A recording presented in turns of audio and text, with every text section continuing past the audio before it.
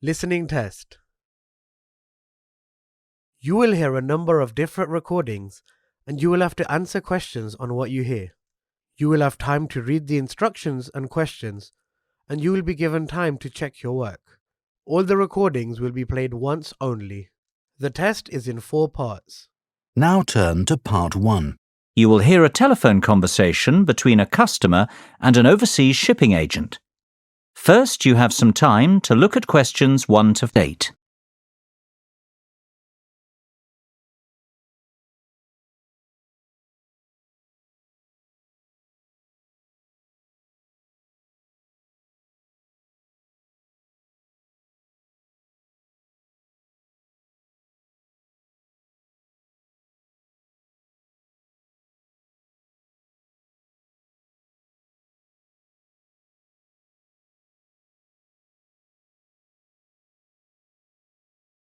Listen carefully and answer questions 1 to 8. Good afternoon, Denham's Shipping. How can I be of service? Well, I wish to inquire about sending a container of personal items from the UK to Ireland. No problem. Would you like me to give you an estimate of the cost? Yes, please. Well, first of all, may I take your details? Of course. My name's Tim Lafferty. Could you spell your surname for me, please, Tim? Yes, it's Lafferty. L-A-F-F-E-R-T-Y. Thank you, Tim. Now, where would you like us to pick your container up from? My university, if possible. OK. Let me make a note of the address. It's Abbeyfield University.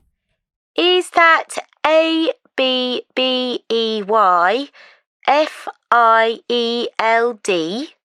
That's right. Park Street, Brighton. Perfect. And may I take down your postcode too? It's BR8 9P3. Great. Thank you, Tim. Have you the container's measurements? I do. It's approximately 2.5 metres long by 1.25 metres wide. I see. Quite a big one then.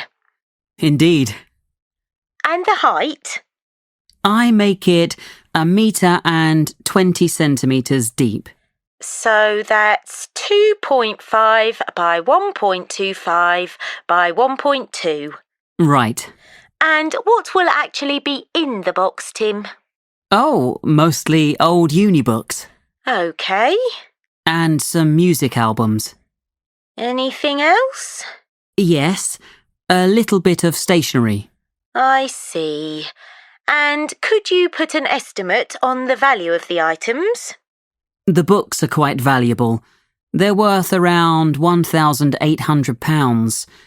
The music albums, maybe half that, say £900, and you can put the stationery down as £300. Before listening to the rest of the conversation, you have some time to look at questions 9 and 10.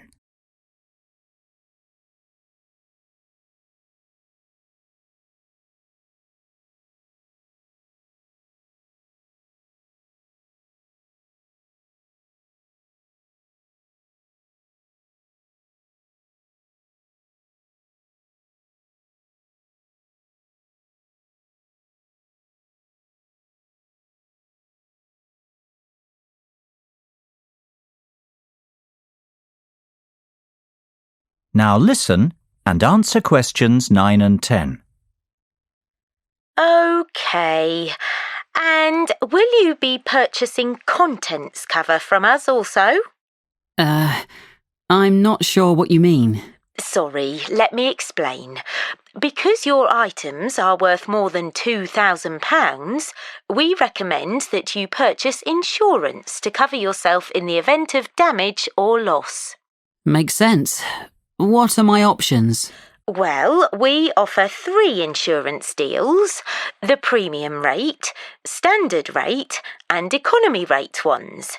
Premium offers full cover in the event of loss, damage or theft, which means you would be provided with the full cost of replacing your belongings. What about standard and economy? Standard will give you today's value, the second-hand value of your belongings, and economy provides you with a fixed payment of £1,000 in the event of loss, damage or theft.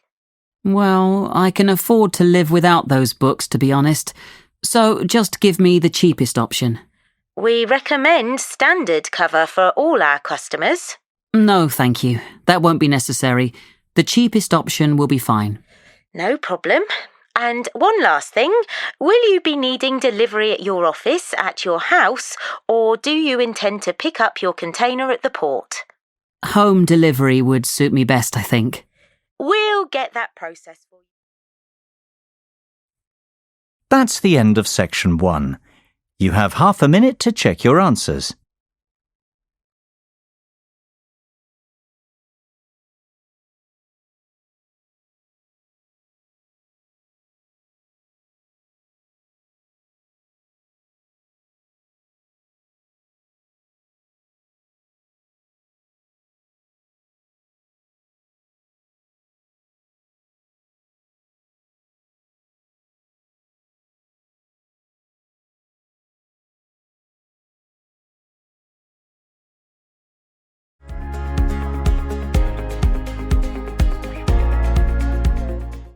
Part 2.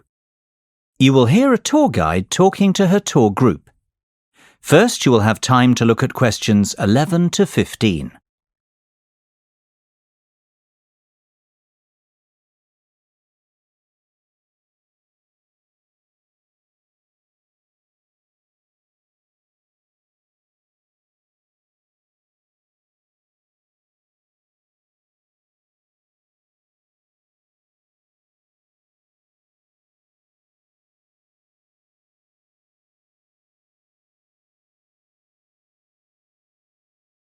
Now listen carefully and answer questions 11 to 15. Well, we certainly have a busy day ahead of us, so let's get started, shall we? You'll find a map of the museum with the itinerary I've just handed out. The museum's our first port of call, so let's have a look at the map now. The door on the right of the entrance hall leads into the gift shop and ticket centre. Once we pick up our entrance tickets, I'd ask everyone to deposit their bags and coats in the cloakroom, which is located towards the back of the gift shop and ticket centre. If you want to pick up an information leaflet, you can approach the information desk situated along the right-hand side. Now, once you come back into the entrance hall, the door on the opposite side to the gift shop leads into the art gallery. There is a special exhibition on there at the moment which is not to be missed. If you continue on up the entrance hallway, that leads into the main exhibition centre. At the back left-hand side, there are some toilets.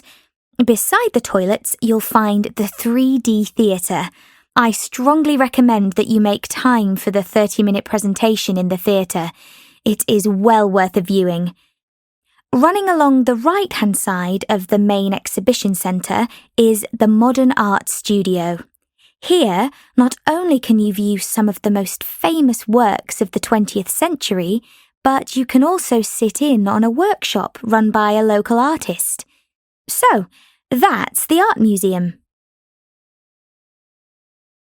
Before you hear the rest of the discussion, you have some time to look at questions 16 to 20.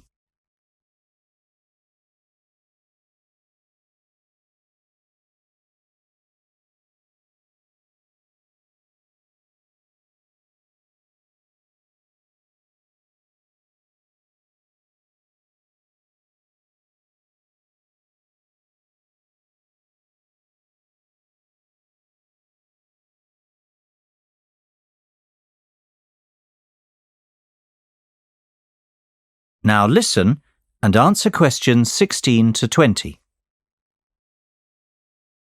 Next on the itinerary is the aquarium. Depending on how long we spend at the museum, we might have to give this one a miss. It's not what I'd call a highlight of the day, but it would be a shame if we didn't get to see it, as it's en route to the Solheim Country Club, where we're booked in for lunch at 1 o'clock. Originally, we had planned to stop off at the Milltown Winery afterwards, but we've had to scrap that plan. Otherwise, we'd never get to the Zoological Gardens before closing time. We have pre-booked the gardens and must be there by 2:30, so no dilly-dallying please after lunch. Straight back onto the bus. The gardens close at 3:30, so we've an hour there, which should give us ample time to look around. Time allowing, we'll stop off at the famous Stout Brewery after that, if traffic isn't too heavy, and we're in Lincoln before 5. If not, we'll head straight for the National Concert Hall, where you're in for a real treat of an evening with a performance from the world-renowned cellist Andrei Borovsky. We have to be in our seats by 6:30 sharp. After that, it's back to the hotel for the night, where a buffet meal will be waiting for us at 8:30, or whenever we get back. That is the end of section 2. You now have half a minute to check your answers.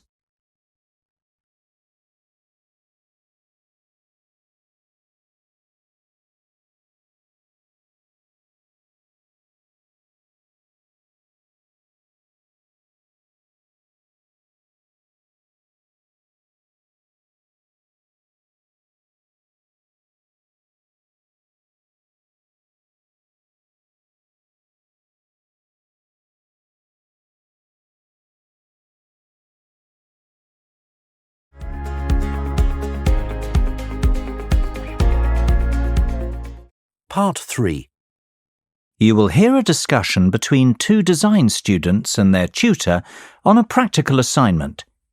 First, you have some time to look at questions 21 to 25.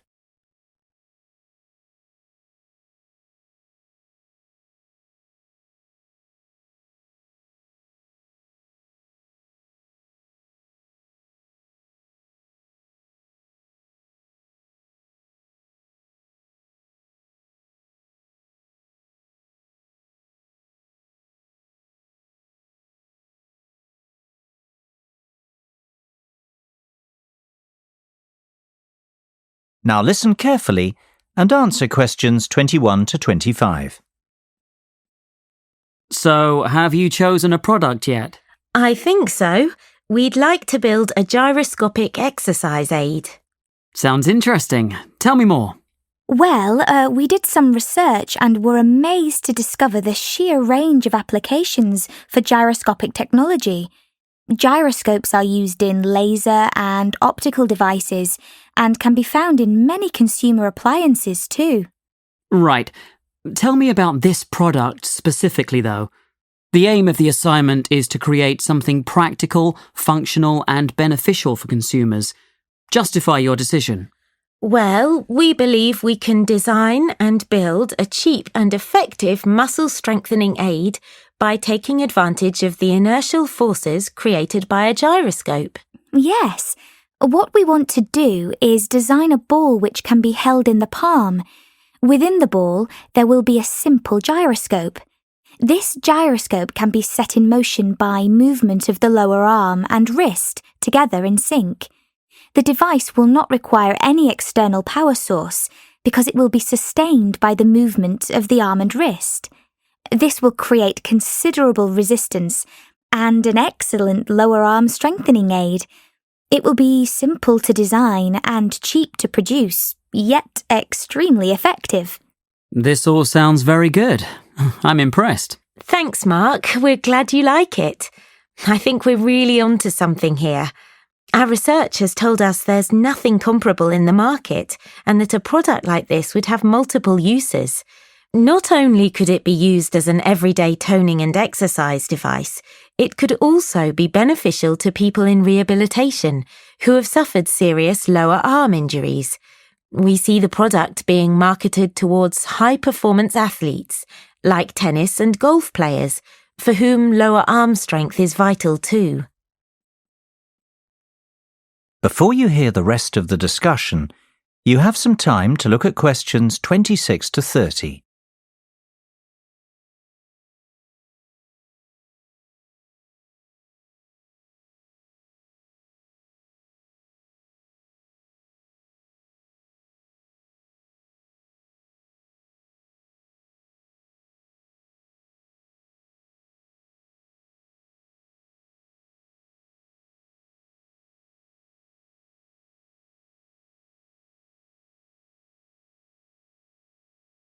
Now listen and answer questions 26 to 30.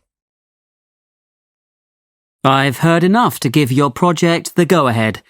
Now, let's talk costs. Right. Well, we estimate that around £3,000 will be required for product development. You mean to build the prototype? Exactly. And we'll need half that again to carry out some product testing. And what's your timeline for the project? The prototype should be ready a fortnight after work on the design starts, and we'll need another 6 weeks for testing. We want to enlist the help of 15 people to test the prototype. Ideally, we want 5 professional athletes to try it out, 5 recovery patients, and the remainder of the subjects will be gym members, our 3 target markets. Okay. Well, you have a lot of work to do, but you've certainly made a good start. Let's meet again on Monday to get the ball rolling. That is the end of section 3. You now have half a minute to check your answers.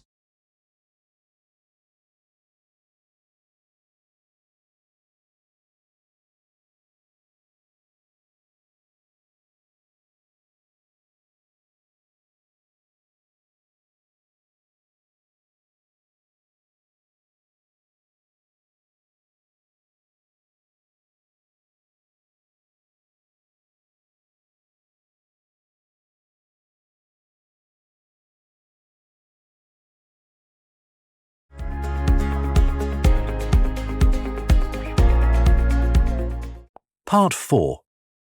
You will hear part of a lecture about public speaking. First, you have some time to look at questions 31 to 40.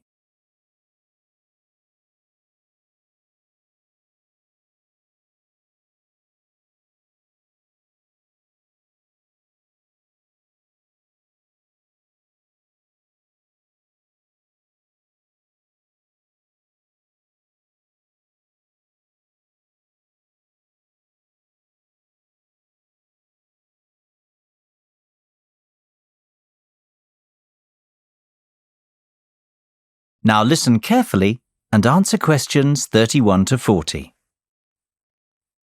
It is only natural to feel somewhat nervous before giving a speech, and while a few nerves never did any harm, and can in fact prove beneficial, letting your nerves overcome you can be detrimental. Today's presentation will focus on ways to control those butterflies and help you to give better presentations in future.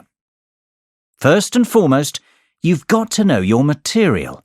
I can't stress that enough. If you fail to prepare, you might as well prepare to fail. Even the most experienced speakers never turn up unprepared and never try to wing it. Personalize your subject and use humour, anecdotes, and conversational language. This will make it easier for you to remember what you want to say. Secondly, practice, practice, practice. Rehearse well in advance, and preferably out loud, and with all the equipment you plan on using. Practice your timing, when to pause and when to breathe, and prepare for the unexpected.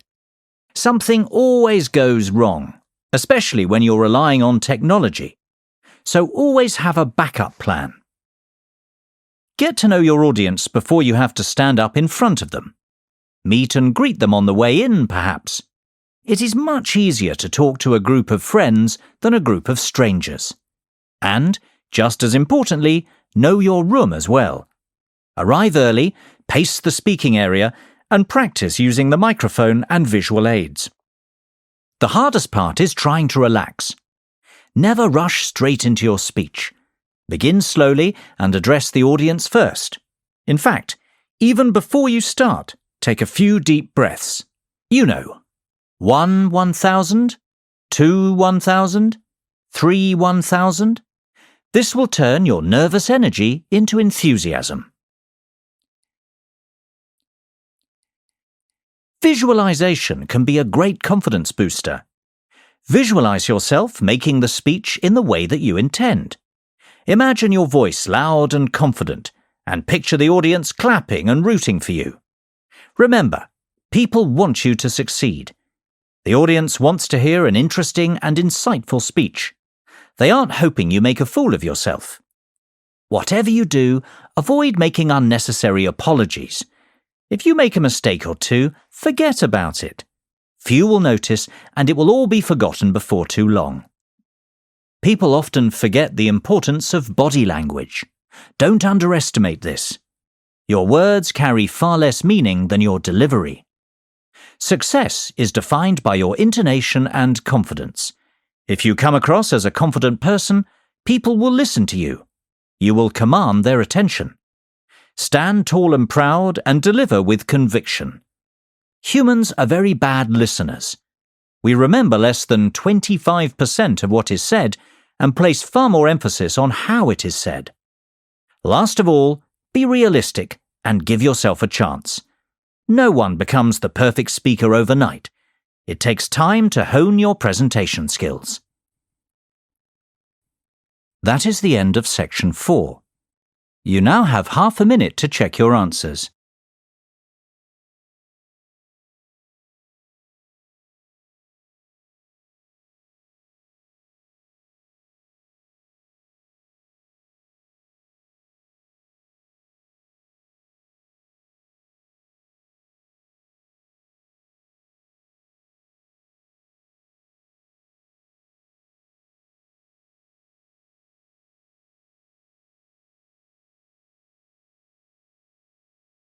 That is the end of the listening test.